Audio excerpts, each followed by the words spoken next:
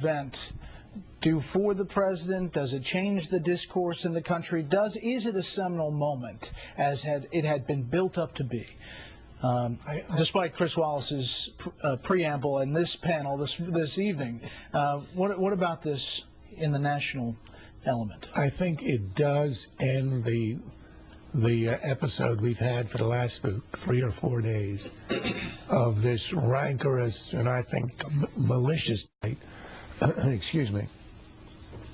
When the president himself says this is unknowable evil, he quotes Job and says stop assigning blame. I think that chapter is over. I think he did it effectively. And I think for himself, in terms of his political support, I think he already was on a rebound. People are, the popularity he has been rising for the last several weeks. I think the way that he seized the moment with where he referred to Gabby opening her eyes, and he brought the audience into that, and he became so inspirational. And I think the seizing on, I wouldn't say seizing, it sounds derogatory, but emphasizing the innocence and the idealism of the child who died, and saying that is the reason we ought to act in a new and civil way, was quite remarkable, extremely effective, and I think you can only conclude that he did exactly what he had to do in a difficult environment. I think that tone seemed odd and off the key for most of the event in a situation of sorrow and grief, and yet he turned it around with that inspiration in a way that I thought was extremely successful. Chris, what about Daniel Hernandez? This is a 20-year-old intern. He had only been on the job for 5 days. He is credited with saving Congresswoman Gifford's life, and boy, he didn't hold back in his speech. No, he didn't, and he was the only person, including the President and the Secretary of Homeland Security and the Attorney General, who didn't speak with notes and just let it come from the heart. And this is a young Hispanic man who obviously is a student there at the University of Arizona, but had been a volunteer and intern who helped save Gabrielle Gifford's life by holding her so closely that he was able to staunch the bleeding, and spoke so powerfully and rejected the appellation of being a hero, but the president said, no, I'm sorry, Daniel, you're going to have to live with that. You're a hero, and we're all consider you that. And that was one of the other very powerful and heartfelt moments in this speech. I go back, however, to what I said at the very beginning, not to cast water and dampen this whole event, but it's not a seminal event for the president. It's not a seminal event for the country. It was a lovely speech and a lovely service, although, as I think we all agree, a little bit more of a pep rally than any of us expected. But life is going to go on, and whether it's this next week or the week after, we're going to get back to tough debates on Capitol Hill, and there will be finger pointing and there will be point scoring.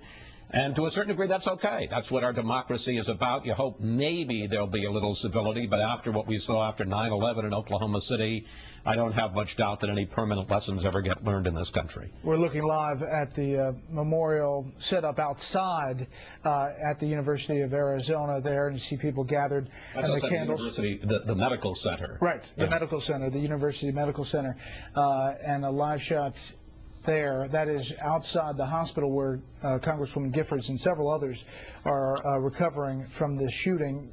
Britt, you said that the White House foreshadowed that it wasn't going to be about politics, but yet there was a lot of politics in this, in the broad scope.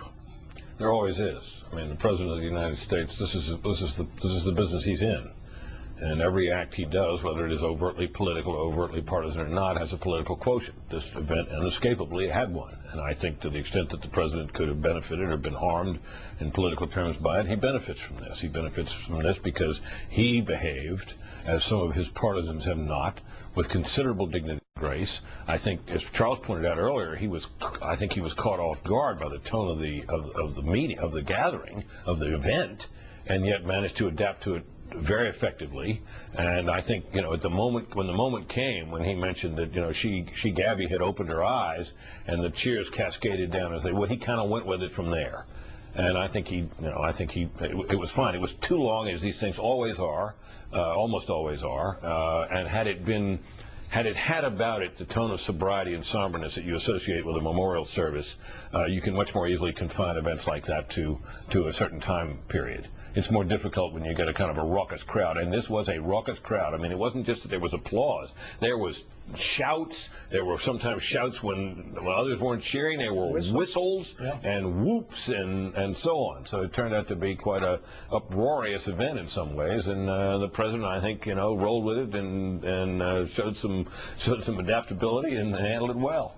Charles?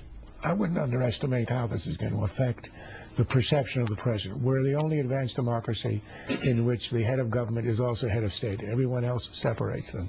And he's been head of government, head of a party. He's been in 2 years of extremely ideological debate, actually in the trenches. He doesn't often have a chance to act as head of state. And this was an example in which he speaks to the whole country. And I think he did it in a way that was extremely effective, and it allowed him, I think, to rise above that. We remember the speech in Oklahoma, which helped to turn around the Clinton fortunes, also speaking as head of state. Reagan's speech after the shuttle disaster, and the speech he gave on the D-Day anniversary. These are occasions where the president's head of state, and if he rises to it, it overcomes the ideological scars and wounds that a president has as head of government. And I think he did extremely well. And I'm not sure it's going to have a trivial effect on what he's perceived. Remember, 6 people died in that shooting on Saturday. 14 were wounded. The president talked about their lives, talked about Tucson moving on, and America moving on. We will wrap things up in just a moment.